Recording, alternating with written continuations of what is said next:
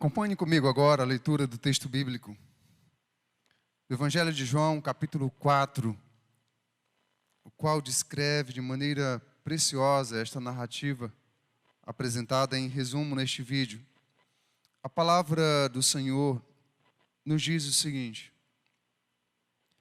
quando Jesus soube que os fariseus tinham ouvido dizer que ele fazia e batizava mais discípulos do que João, se bem que Jesus mesmo não batizava, e sim os seus discípulos, deixou a Judeia, retirando-se outra vez para a Galiléia. E era-lhe necessário passar pela região da Samaria. Chegou então a uma cidade samaritana chamada Sicar, perto das terras que Jacó tinha dado a seu filho José.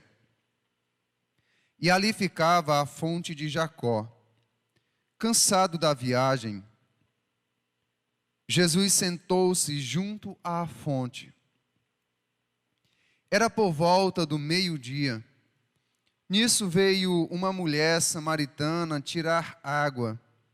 Jesus lhe disse: dá-me de beber. Pois os seus discípulos tinham ido à cidade comprar alimentos. Então a mulher samaritana perguntou a Jesus: como, sendo o Senhor um judeu, pede de beber a mim, que sou mulher samaritana? Ela disse isso porque os judeus não se dão com os samaritanos. Jesus respondeu: se você conhecesse o dom de Deus, e quem é que está lhe pedindo água para beber, você pediria, e ele lhe daria água viva. Ao que a mulher respondeu: o Senhor não tem balde e o poço é fundo. De onde vai conseguir essa água viva? Será que o Senhor é maior do que Jacó, o nosso pai, que nos deu o poço, do qual ele mesmo bebeu, assim como seus filhos e o seu gado? Jesus respondeu: quem beber desta água voltará a ter sede, mas aquele que beber da água que eu lhe der, nunca mais terá sede. Pelo contrário, a água que eu lhe der será nele uma fonte a jorrar para a vida eterna.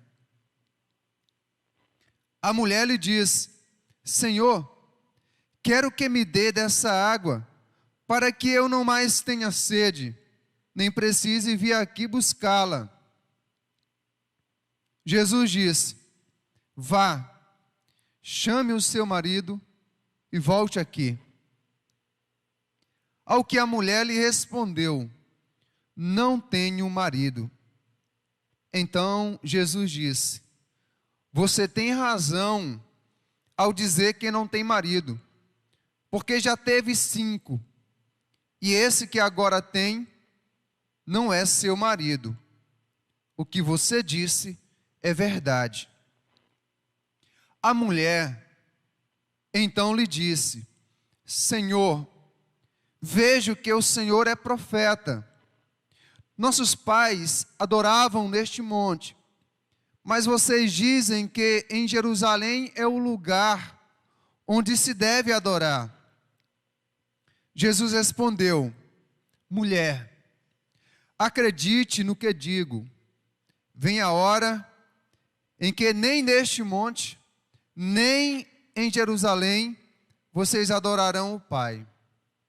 Vocês adoram o que não conhecem. Nós adoramos o que conhecemos, porque a salvação vem dos judeus. Mas vem a hora, e já chegou, em que os verdadeiros adoradores adorarão o Pai em espírito e em verdade. Porque são esses que o Pai procura para seus adoradores. Deus é espírito e é necessário que os seus adoradores o adorem em espírito e em verdade. A mulher respondeu: eu sei que virá o Messias, chamado Cristo. Quando ele vier, nos anunciará todas as coisas. Então Jesus disse: eu o sou, eu que estou falando com você. Naquele momento, chegaram os discípulos de Jesus e se admiraram ao vê-lo falando com uma mulher. Mas nenhum deles perguntou: o que você está querendo? Ou por que o Senhor está falando com ela? Quanto à mulher, deixou o seu cântaro, foi à cidade e disse ao povo: venham comigo e vejam um homem que me disse tudo o que eu já fiz. Não seria ele, por acaso, o Cristo? Saíram, pois, da cidade e foram até onde Jesus estava. Saíram, pois, da cidade e foram até onde Jesus estava.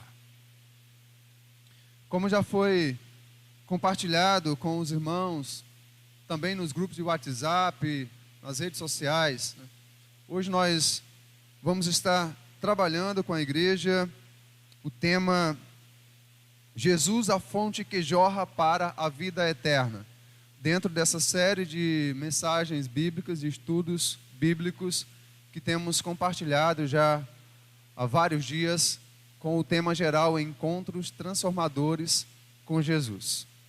Como também dissemos, este encontro aqui é muito conhecido da grande maioria dos irmãos, se não de todos os irmãos. Inclusive, muitas pessoas que não são evangélicas já ouviram em algum momento de suas vidas, ou em áudio, ou alguma pessoa fazendo uma leitura pública desta passagem. De fato, uma passagem muito preciosa. Deixa eu então situar os irmãos no contexto em que ela se dá.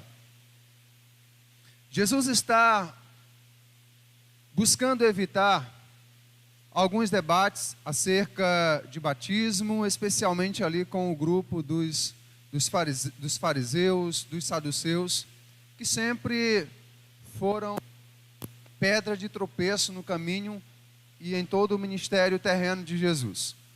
Jesus estava então na província da Judéia. Ao perceber o que os fariseus estavam tentando aprontar ali, arrumar problemas para ele, colocá-lo diante de discussões e desgaste físico e emocional, Jesus toma a decisão de deixar a província da Judéia e ir para a província onde ele morava, a província da Galileia. No tempo de Jesus, nós tínhamos basicamente a Palestina organizada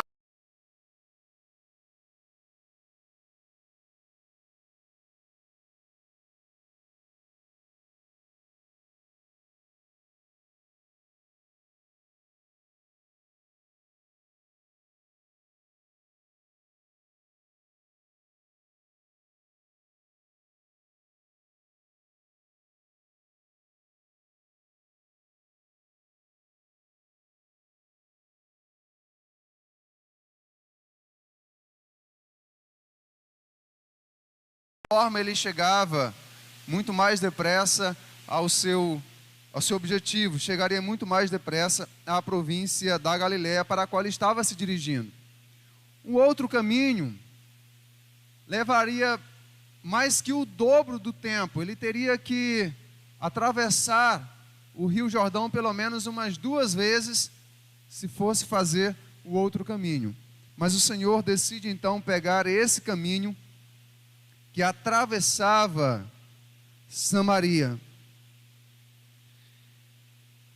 No versículo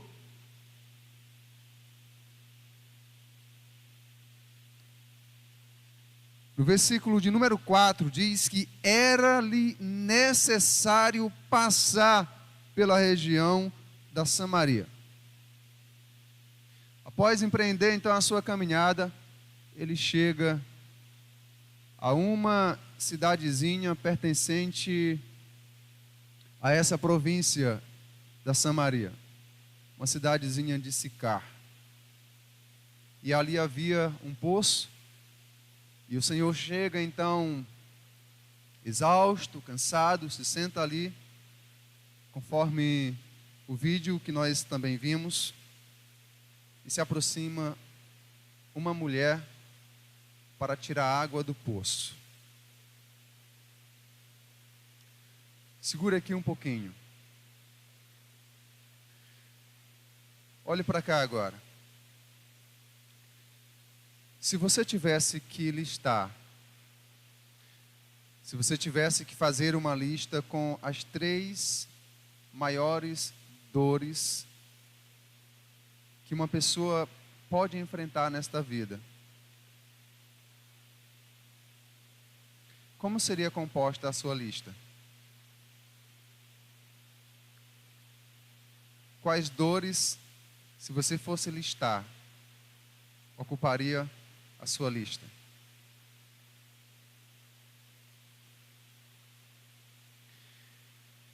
Eu acredito que pelo menos uma destas 3 realidades fariam parte de sua lista. Pelo menos uma dessas 3 aqui. A dor do luto, a dor da traição e a dor da rejeição.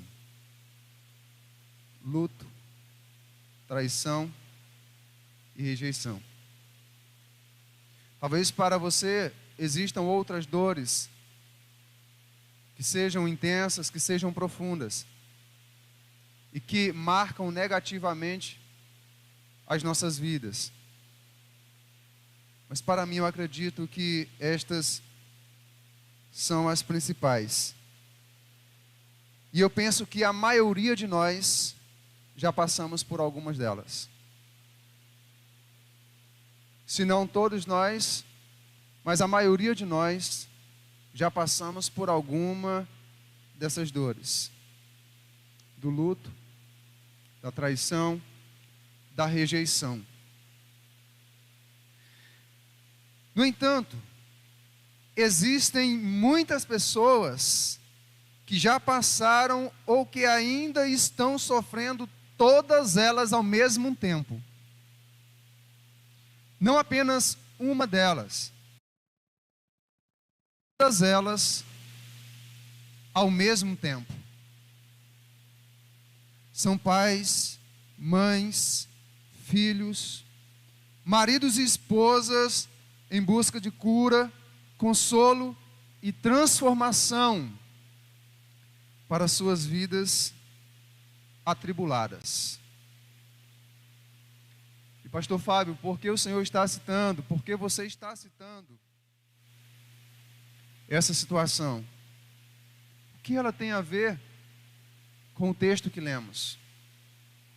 Na verdade, eu a cito porque era justamente esta a realidade enfrentada por aquela mulher samaritana. Aquela mulher, acredito eu, já havia experimentado, já havia passado por todas essas dores. E no momento, ela enfrentava a dor de uma rejeição. Por que a dor da rejeição? Por consequência de sua escolha. O texto disse que o texto nos afirma, nos revela, as palavras do próprio Senhor Jesus, que ela já havia tido 5 maridos. Eu acredito que essa situação se deu por questão de morte dos seus maridos. Mas a situação atual era de adultério. E todos nós sabemos que uma mulher que vive em adultério, especialmente em uma cidadezinha pequena, em um povoadozinho, se torna profundamente rejeitada pelas demais mulheres da sociedade, pelas famílias que prezam pela vida digna, pela vida em justiça, pela vida correta. Essa, de fato, era uma situação lamentável enfrentada por aquela mulher samaritana. Mas, meus amados irmãos, como foi sempre maravilhosa a abordagem de Jesus em todas as situações onde sua misericórdia se encontrava ou se deparava com a miséria do ser humano. Sempre extraordinária, sempre bendita, sempre preciosa e sempre maravilhosa. Quando eu olho para esta narrativa bíblica, é impossível não lembrar das palavras de Jesus ditas aos fariseus. Em Marcos capítulo 2, versículo 17, tendo ouvido isto, Jesus lhes respondeu: os sãos não precisam de médico, e sim os doentes. Eu não vim chamar justos, e sim pecadores. Em um contexto semelhante, em Lucas capítulo 19 e versículo 10, o Senhor diz: porque o Filho do Homem veio buscar e salvar o perdido. Veio buscar e salvar o perdido. Meus amados, é impressionante como Jesus não estava preocupado se suas atitudes iriam ou não ser aprovadas pelas pessoas do seu tempo. Ele não estava preocupado com isso. Ele tinha um único desejo que o movia neste mundo. E qual era esse desejo? Realizar a vontade do seu Pai, tendo a sua aprovação, conforme é nos descrito no verso 34. Esta era a sua paixão, esta era a sua motivação, este era o seu maior desejo. O que as pessoas iriam falar a respeito dele? O que iriam dizer sobre a sua reputação? Se suas ações seriam aprovadas ou não, se seriam aplaudidas pelas pessoas ou não, ele não estava nem aí. Ele tinha um único e soberano desejo em seu coração, anseio em sua alma. Ele queria agradar o Pai. Ele queria agradar o seu Pai. E por que digo que ele não estava preocupado se as pessoas iriam elogiá-lo ou não, se as pessoas iriam aplaudi-lo ou não? A situação desse encontro, ela traz muitos questionamentos. Por quê? Primeiro, Jesus era um rabi, era um mestre, era um homem da lei, era um líder consagrado. A cultura da época não permitia de forma alguma, era algo desonroso, profundamente inadequado e inapropriado para um líder, para um mestre da lei, para alguém no perfil e na qualidade de Jesus, falar em público com uma mulher. era algo completamente inapropriado, inadequado. A situação se agrava pelo fato de aquela mulher ter uma má conduta, uma conduta completamente reprovada em sua comunidade. Era uma mulher adúltera. A situação ainda continua com os seus agravantes pelo fato de Jesus estar sozinho ali com aquela mulher, conversando com ela.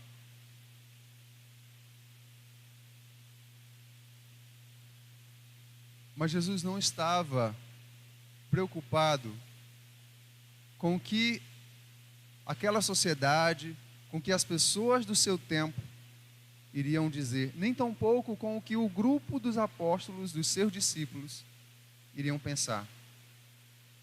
Jesus estava preocupado em realizar a vontade do Pai.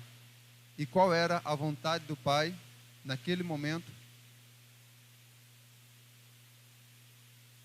Buscar e salvar aquela que estava perdida. Esta era a vontade do seu Pai. Aquele encontro não foi obra do acaso. Aquele encontro foi planejado pelo céu. Aquele encontro foi idealizado por Deus. Deus colocou aquela mulher diante do seu filho. Existe uma informação que é preciosa para a gente entender. Porque se humanamente nós formos explicar por que aquela mulher estava naquele poço, aquela hora. Primeiro, 12 horas do dia, lá no Oriente, é um sol de fritar ovo sem precisar de fogo. Basta colocar um ovo na frigideira, colocar ali sobre uma pedra lá no Oriente ou sobre a areia, dá para fritar. Então, 12 horas do dia não é o melhor horário para ir buscar água. Outra coisa, a cidade de Sicar, onde ela morava, ficava a cerca de 1 quilômetro daquele poço. Certamente lá em Sicar havia outros poços. Por que então essa mulher decide ir 12 horas do dia, num sol escaldante, um horário mais ruim para se pegar água?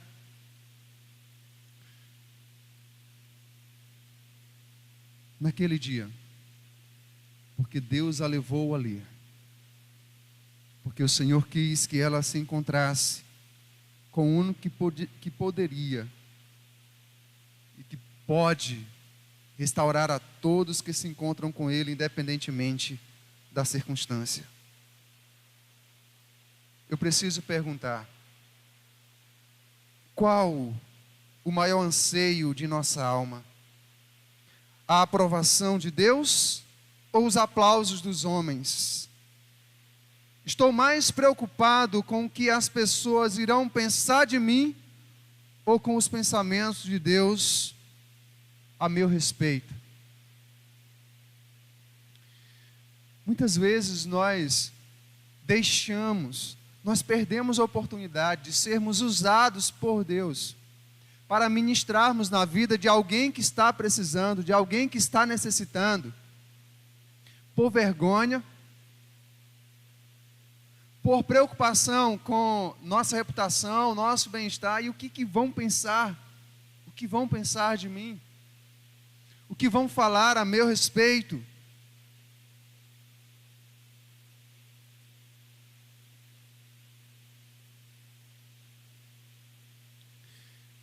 Esta semana, novamente, Deus nos concedeu a oportunidade de passarmos por uma experiência que tem falado ao nosso coração, uma experiência que tem tocado nossa alma profundamente. Sexta-feira, novamente fomos ao presídio aqui da cidade, adorar a Deus e levar a mensagem do Evangelho a cada um dos internos que tem ali. Luiz Henrique foi comigo. pastor Nildo também. Então nós três, das 3 horas da tarde de sexta-feira até as 5 horas, estivemos ali ministrando.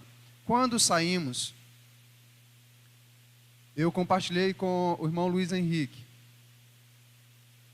Existem 2 lugares que revelam profundamente a fraqueza do ser humano e a sua miséria. Um hospital e um presídio. E são justamente esses lugares que Jesus disse que nós devemos ir e visitar. Ainda que este seja um momento extremamente delicado, no qual devemos tomar todos os cuidados necessários para fazermos isto. Mas eu cito esta situação, esse testemunho, essa experiência, para dizer que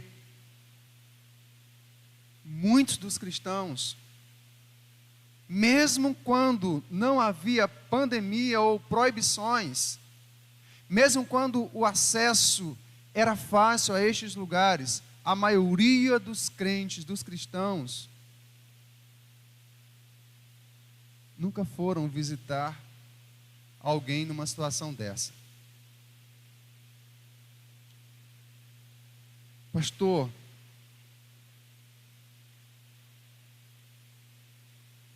mas eu nunca fui, porque eu não sei o que dizer.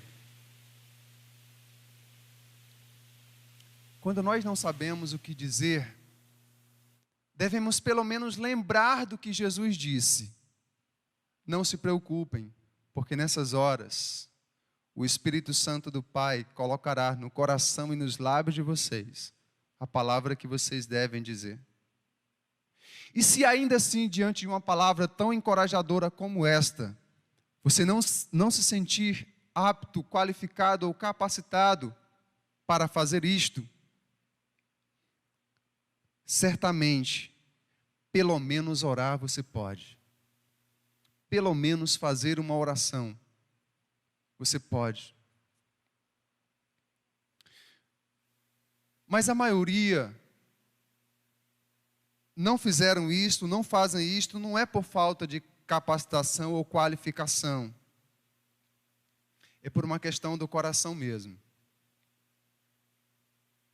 Não é um lugar fácil para ir. Nenhum e nem outro.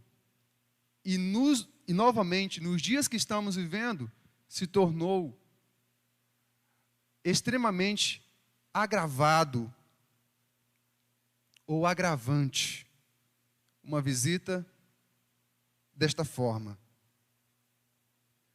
Mas enquanto a situação continua como está, acredito eu que o Senhor certamente tem nos dado a oportunidade de ministrarmos sua palavra a muitas samaritanas e a muitos samaritanos nesta vida.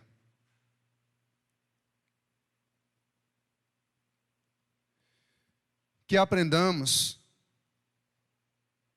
a ter o mesmo anseio de Jesus Cristo. Que aprendamos a buscar infinitamente mais a aprovação de Deus, os aplausos do céu, ao invés de anseiarmos pela aprovação dos homens e os aplausos desta terra.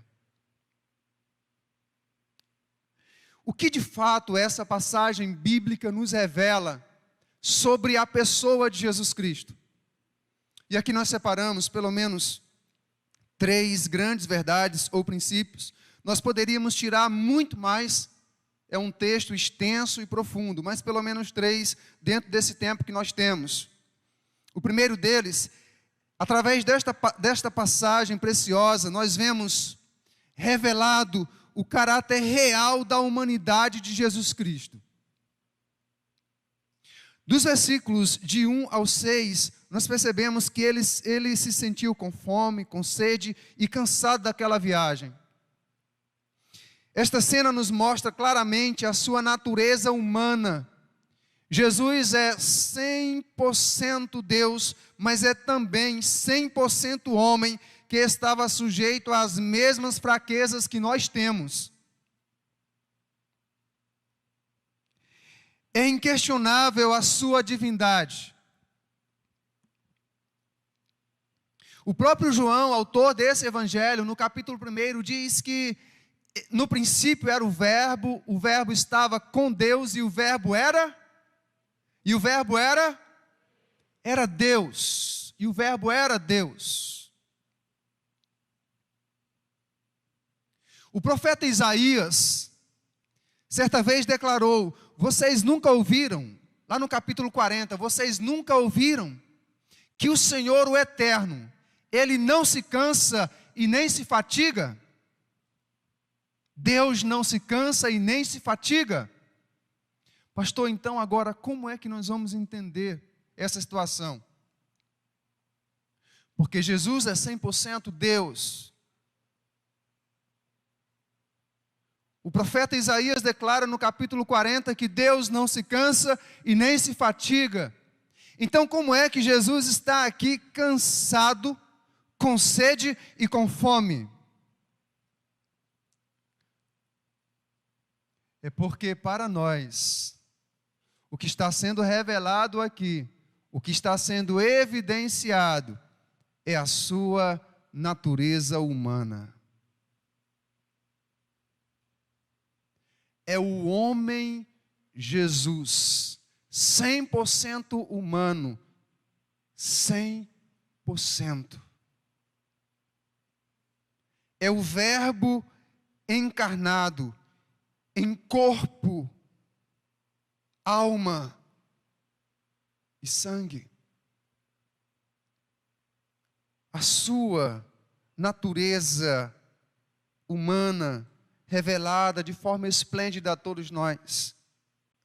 William Barclay afirma: é muito significativo que João, que sublinha a absoluta divindade de Jesus Cristo, mais que qualquer dos outros evangelistas, também sublinhe a fundo sua humanidade.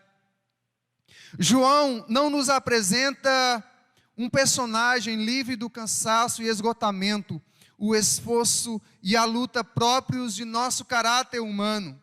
Mostra a alguém para quem a vida era um esforço, tal como é para nós. Mostra a alguém que também se sentia cansado e que também devia prosseguir.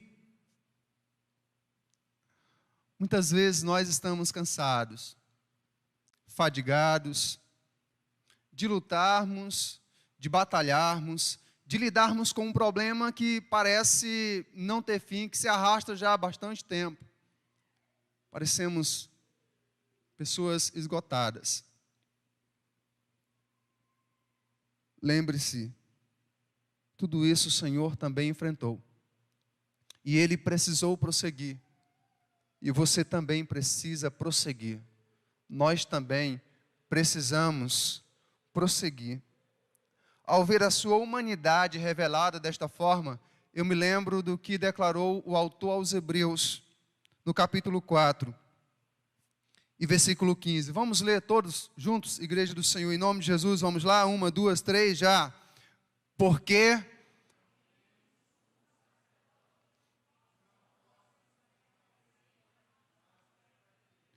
pelo contrário, Ele foi tentado à nossa semelhança, mas sem pecado. O nosso sumo sacerdote não é um anjo. Ele não é apenas um ser espiritual. Ele é 100% homem. Um sumo sacerdote que experimentou de todas as lutas, de todas as provações nesta vida. E foi por isso que aquela mulher se sentiu tão à vontade para conversar com o Senhor e compartilhar do que ela estava vivendo, do que ela estava passando. Jesus nos conhece profundamente, sabe como é nossas dores e lutas aqui, não apenas por ser onisciente, mas por ter se tornado um de nós, embora não tenha cometido nenhum pecado, e isto é maravilhoso. Isto é precioso.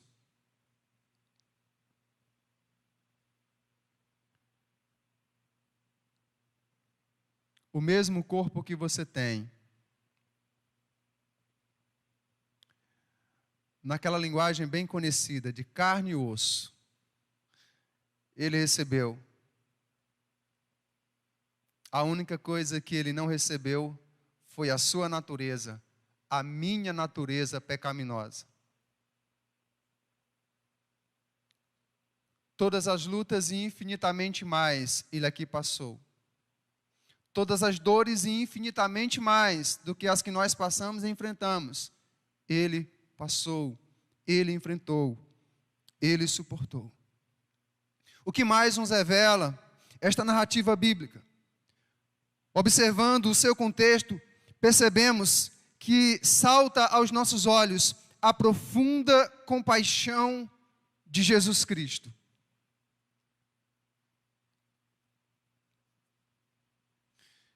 Ele olha para aquela mulher e de uma forma especial e maravilhosa, ele sonda o coração dela e percebe as suas dores, percebe a sua rejeição.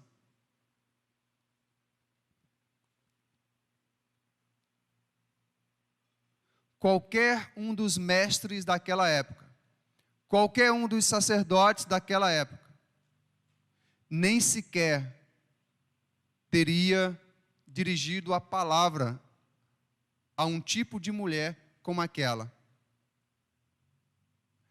Ainda que estivesse com muita sede, para muitos sacerdotes, líderes religiosos daquela época, era preferível morrer de sede a ter que pedir água a uma mulher daquele tipo ou daquela espécie. Mas Jesus está movido de compaixão, como sempre. Observa suas provações, sonda o seu coração, conhece o íntimo, sabe da rejeição que ela enfrenta, como já aqui afirmamos, por conta de uma escolha pecaminosa que havia feito em sua vida.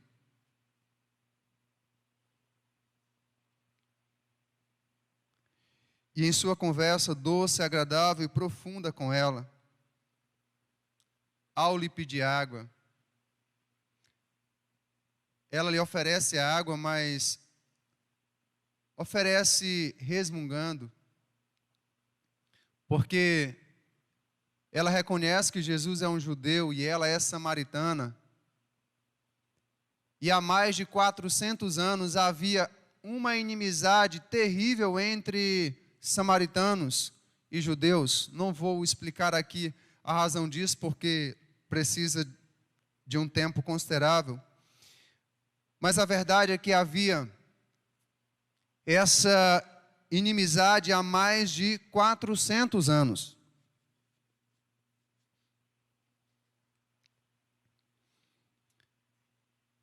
E por causa disso ela resmunga, ela não concede a água, não oferece a água de bom grado. Mas quando ela retruca, Jesus diz algo maravilhoso: mulher, o coração dele está pulsando compaixão, está pulsando misericórdia. E ele diz para ela: mulher, se você conhecesse o dom de Deus e soubesse quem é aquele que está te pedindo água, você pediria para ele e ele lhe daria água viva.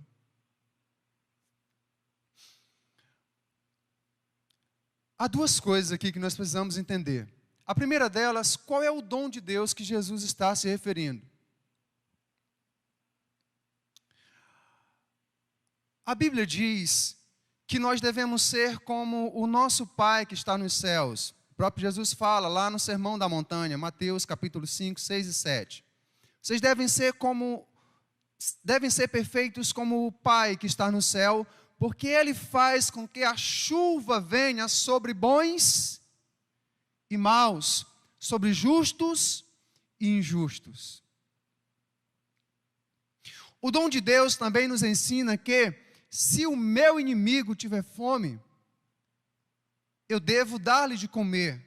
E se ele tiver sede, eu devo dar-lhe de beber. O dom de Deus ensina que Deus é bom e sempre bom, o tempo todo. E o tempo todo Deus é bom para com todos, embora muitos não reconheçam a sua bondade. Ainda que Jesus fosse um inimigo dela, por causa do dom de Deus, por este estar pedindo, ela deveria conceder. Mas há uma outra situação que nós precisamos entender a respeito do dom de Deus. Jesus está dizendo para ela: olha, mulher, você é tão amada pelo Pai, que o Pai me enviou para proporcionar a você o maior de todos os dons. E qual é? Qual é, irmãos?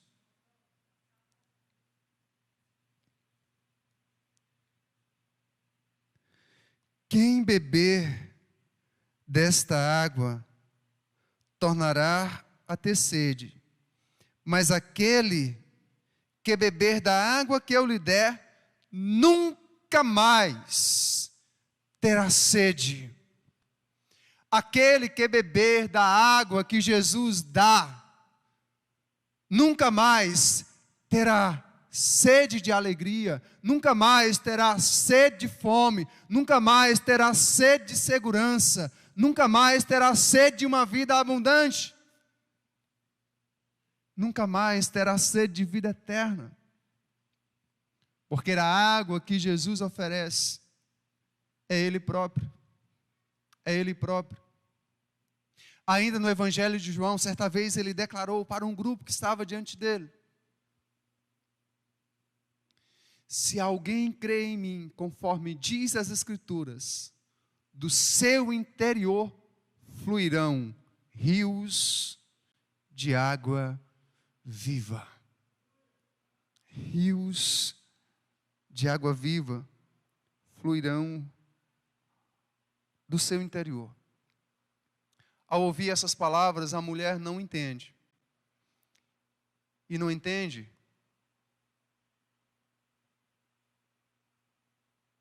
porque o seu entendimento ainda está cego. A sua mente ainda está bloqueada, o seu coração ainda está bloqueado pelo pecado. Mas Jesus continua, pois o seu propósito era salvá-la. A sua missão naquele momento era alcançá-la, levá-la a ter um verdadeiro encontro com Ele. E por isso, a passagem nos revela mais uma outra atitude preciosa de Jesus. E a última que nós destacamos: Jesus é aquele que rompe a barreira da separação. A mulher se coloca como inimiga. Jesus se apresenta como amigo que havia ido resgatá-la. Ela estava separada do Pai. Havia uma barreira terrível causada pelo pecado. Mas Jesus vem e destrói também essa barreira. Ele destrói a dupla barreira. A barreira que a mantinha em inimizade com o povo judeu. E a barreira, a pior de todas, que a mantinha separada do Pai. Jesus derruba todas. Jesus derruba todas. Ela questiona o Senhor, como é que o seu povo havia ensinado que o local correto de adorar a Deus era naquele monte, o Monte Gerizim, onde eles estavam ali. E Jesus, então, abre seu entendimento e ensina para ela: mulher, esquece tudo isso aí, porque já chegou a hora em que não mais adorarão o Pai nesse monte, nem em Jerusalém. Chegou a hora em que as barreiras, os limites para se adorar a Deus são rompidos, porque os verdadeiros adoradores adorarão o Pai em espírito e em verdade. E são esses tais que o Pai procura. Chegou o momento, mulher, em que todos aqueles, por intermédio de mim, poderão adorar o Pai em um templo, poderão adorar o Pai em uma montanha, em um monte, poderão adorar o Pai na sala da sua casa, no seu quarto, poderão adorar o Pai lá na empresa onde trabalham, na escola, na universidade, em todos os lugares do mundo, poderão adorar o Pai, porque a barreira da separação é rompida, é tirada. O véu que separava já não separa mais. Já não separa mais. Do que você e eu temos sentido falta? Do que você e eu temos precisado? Pastor, eu tenho sentido falta de alegria. Pastor, eu tenho sentido falta de paz. Pastor, eu tenho sentido falta de segurança. Pastor, eu tenho sentido falta de ânimo, de entusiasmo. Aquele que beber da água que eu lhe der, jamais terá sede. Pelo contrário, a água que eu lhe der será nele uma fonte a jorrar para a vida eterna. Para a vida eterna. E para concluirmos, eu quero deixar essas 3 lições. A primeira delas: não tenha medo de ir a Jesus, pois Ele recebe você do jeito que está, para lhe dar uma nova e abundante vida. Ela não teve medo de abrir o coração. Ela não teve medo de se encontrar com Jesus. E recebeu uma nova e abundante vida. A segunda lição: não tente esconder e nem justificar seus pecados ao ser confrontado. Antes, reconheça e peça perdão a Deus e você será perdoado. Há muitas pessoas que a vida continua na mesmice. Há muitas pessoas que continuam em sua vida toda bagunçada, toda arruinada. Porque todas as vezes que Deus usa um pastor, que Deus usa um missionário, que Deus usa um professor de escola bíblica, que Deus usa um irmão ou uma irmã da igreja para conversar com ela e confrontá-la e dizer: olha, você está cometendo isso aqui que desagrada a Deus. A pessoa se justifica, não reconhece, diz que é mentira, foge pela tangente. Provérbios 28:13 diz: aqueles que escondem as suas transgressões jamais prosperará, mas o que as confessa e abandona alcançará misericórdia. Aquela mulher confessou. Jesus disse: olha, vai e chame o teu marido. Ela disse: Senhor, eu não tenho marido. Eu não tenho marido. O Senhor disse: você falou a verdade. De fato, esse marido que você está com ele não é o seu. Quando for confrontado, reconheça, peça perdão.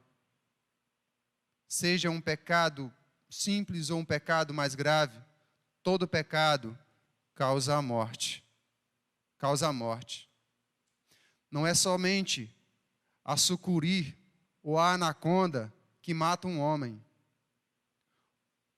Lá no interior, eu lembro-me de umas cobrinhas chamadas de derruba-boi, bem pequenininha. Quando ela picava um boi, poucos minutos, ele caía. Por fim, somente um encontro real com Jesus fará de nós verdadeiros adoradores, que adorarão ao Pai em espírito e em verdade. Ainda que você e eu passemos 5, 10, 15, 20, 30, 40 anos caminhando para uma igreja, participando de culto e de missas, enquanto não tivermos um verdadeiro encontro com Jesus, jamais conseguiremos adorar a Deus em espírito e em verdade. Que o Senhor assim nos ajude a termos esse encontro real, profundo e verdadeiro com aquele que é a fonte que jorra para a vida eterna. Para a vida eterna. Curva a cabeça, nós vamos estar orando nesse momento em nome do Senhor. Pai, mais uma vez, Senhor, te agradecemos aqui. Obrigado por esse tempo. Obrigado, Senhor, por tua palavra, que é tão preciosa e que é tão maravilhosa. Senhor,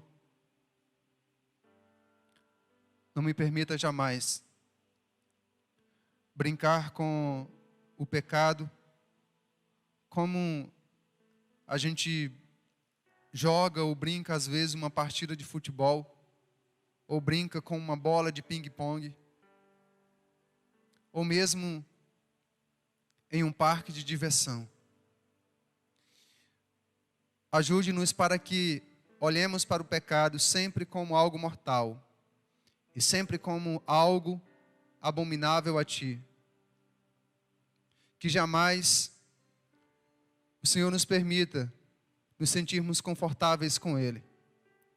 Mas todas as vezes que cometermos o pecado, ainda que seja uma pequena ou grande mentira, ainda que seja um único palavrão que nossos lábios pronunciam, ainda que seja um único engano, ainda que seja a situação mais inofensiva aparentemente aos nossos olhos, mas nos dê a sensibilidade maravilhosa do Espírito Santo para reconhecermos e pedirmos perdão. E todas as vezes que o Senhor usar um pastor, um missionário, usar um líder, usar um filho do Senhor, uma filha do Senhor, para nos confrontar, para nos exortar e nos repreender, mostrando que nós estamos andando na contramão da Tua vontade, que nos arrependamos e humilhados, nos lancemos ao Senhor, que sempre nos recebe com o coração cheio de compaixão, de graça e misericórdia.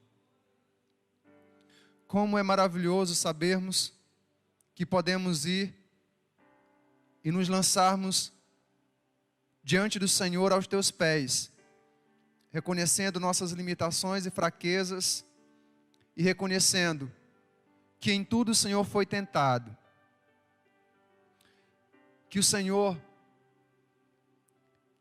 se alegra, o Senhor tem alegria quando recorremos e quando buscamos ao Senhor, quando clamamos por socorro. E da mesma forma que aquela mulher disse, dar-nos desta água, nós também clamamos ao Senhor agora, dar-nos dessa água, Senhor. Nós queremos esta água que jorra da fonte eterna para a vida eterna.